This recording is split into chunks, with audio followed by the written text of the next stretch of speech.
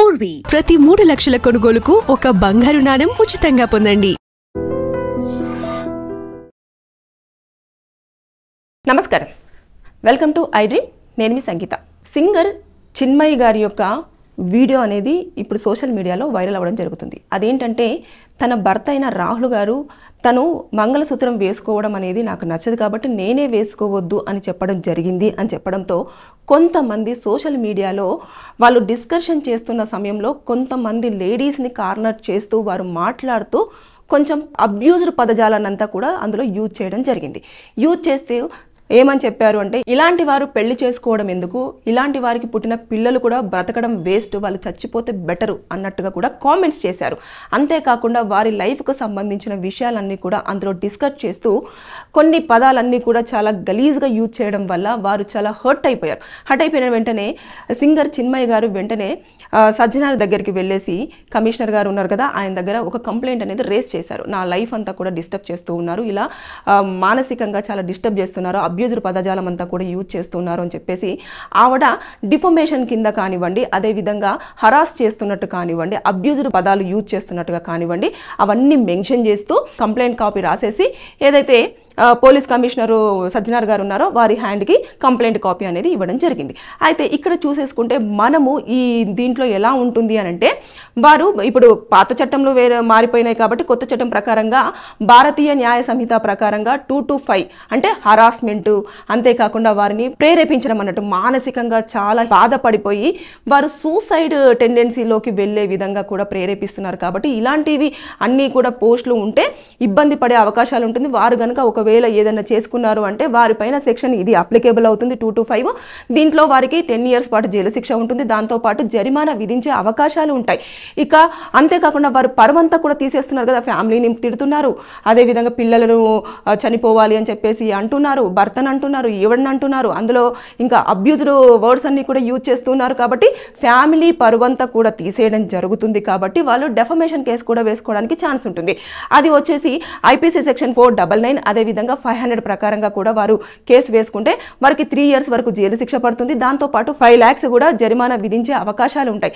అంతేకాకుండా వారు ముందుగా ఏం చేయాలంటే కంప్లైంట్ ఇస్తున్నప్పుడే స్క్రీన్ షాట్స్ ఎవరెవరు ఏమేం మాట్లాడారు, అదేవిధంగా వారి పేర్లు ఏంటిది అని చెప్పేసి పూర్తి స్థాయిలో వారి దగ్గర ఉన్న ఎవిడెన్సెస్ అన్నీ కూడా ఇచ్చేసి వారు కంప్లైంట్ కనుక ఇచ్చి ఉండేది ఈ సెక్షన్స్ అన్నీ వస్తాయి. అదే కాకుండా సోషల్ ప్లాట్ఫామ్స్ మీద ఇదంతా జరుగుతుంది కాబట్టి ఇన్ఫర్మేషన్ యాక్ట్ కింద కూడా వాళ్ళకు కేసులు పడే అవకాశం ఉంటుంది. అంటే 67 అదేవిధంగా 66 దాని ప్రకారంగా కూడా వారికి 3 years వరకు జైలు శిక్ష ఉంటుంది, దాంతోపాటు 2 lakhs నుంచి 3 lakhs వరకు కూడా ఫైన్ విధించే అవకాశాలు కూడా ఉండే అవకాశం ఉంది. అంటే ఇన్ని ఉంటాయి. ఎప్పుడైనా సరే ఒకరి లైఫ్ని వారి ప్రైవసీని అంతా కూడా తీసుకొచ్చి సోషల్ ప్లాట్ఫామ్స్ మీద డిస్కషన్ పెట్టడమే తప్పు. దాంట్లో అబ్యూజ్డ్గా పదజాలం యూజ్ చేయడము, అంతేకాకుండా వారితో పాటు వారి పిల్లల యొక్క లైఫ్ని కూడా మీరు క్విట్ అవ్వాలి అని చెప్పేసి ప్రేరేపించడము, అదేవిధంగా భర్తను అందులోకి లాగడము, అంటే ఎవరి లైఫ్ అనేది వారు లీవ్ చేయడం కోసము ఆల్రెడీ మనకు కాన్స్టిట్యూషనల్లోనే చాలా క్లియర్గా మెన్షన్ చేసింది, ఎవరికి నచ్చినట్టు వారు బ్రతకొచ్చు,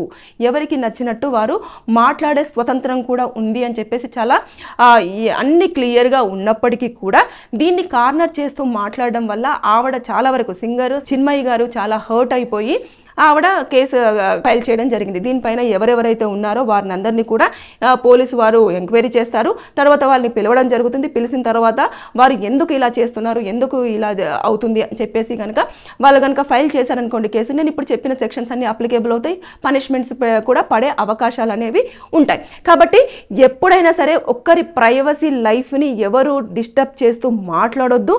అంతేకాకుండా వారి యొక్క లైఫ్ స్టైల్ అనేది వారికి ఇష్టం వచ్చినట్టు బ్రతికే ఛాన్స్ ఉంది కాబట్టి వారు బ్రతుకుతూ ఉంటారు. అంతేగాని వారు ఇదేసుకోలేదు అదేసుకోలేదు ఇలా చేస్తున్నారు అలా చేస్తున్నారంటే, ఈవెన్ మనం కూడా కొన్ని సందర్భాలలో కరెక్ట్గా ఉండం, వాళ్ళు కూడా వేలెత్తి చూపించవచ్చు. కానీ ఇలాంటివన్నీ జరుగుతూ ఉంటాయి కాబట్టి దయచేసి ఎప్పుడు కూడా ఒకరి పర్సనల్ లైఫ్లోకి ఎంటర్ అయ్యి మీరు కేసులలో ఇరుక్కొని శిక్షలు అనుభవించేసి జైల్లో మాత్రం ఉండాలన్న ఆసక్తితో మాత్రం కామెంట్స్ చేయొద్దు.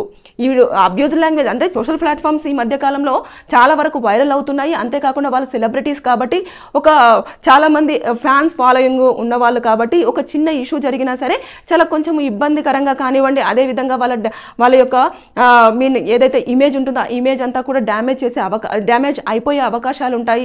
ఇవన్నింటి నేపథ్యంలో కూడా వారికి ఎక్కువగా ప్రొటెక్షన్ అనేది ఉంటుంది. దాంతోపాటు వారిని అభిమానించే వారు ఎవరైనా ఉన్నా సరే ఇంకో కొంచెం వేరే వాటికి కూడా ప్రేరేపితమై వారు ఇంకేమైనా దాడులు చేసే అవకాశాలు కూడా ఉంటాయి. కాబట్టి వీటన్నింటి నేపథ్యంలో కూడా ఇలాంటి కేసులను ఎక్కువగానే పోలీసులు సీరియస్గా తీసుకుంటారు. ఇమీడియట్గా కూడా కేసులు ఫైల్ అవుతాయి.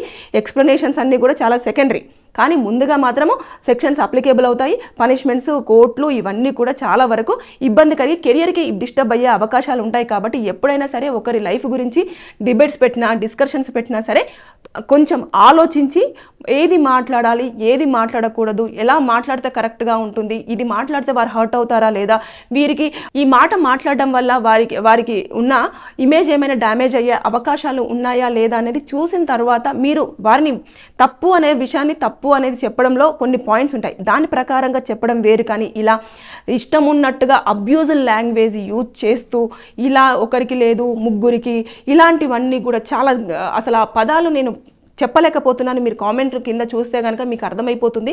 ఇలాంటివన్నీ మాట్లాడేటప్పుడు మాత్రం చాలా జాగ్రత్తగా మాట్లాడాలి. అనవసరంగా పోలీసులు మాత్రం ఇన్వాల్వ్ అయ్యారు అంటే మీరు ఊసలు లెక్కబెట్టక తప్పదు. సో జాగ్రత్త, బీ కేర్ఫుల్. ఎవరి లైఫ్లో కూడా మీరు తొంగి చూసే ప్రయత్నం చేసేటప్పుడు అది ఎంతవరకు మనం వెళ్ళొచ్చు, ఎంతవరకు వెళ్ళకూడదని తెలుసుకుంటే అన్ని రకాలుగా సేఫ్గా ఉండే అవకాశాలు ఉంటాయి. Thank you.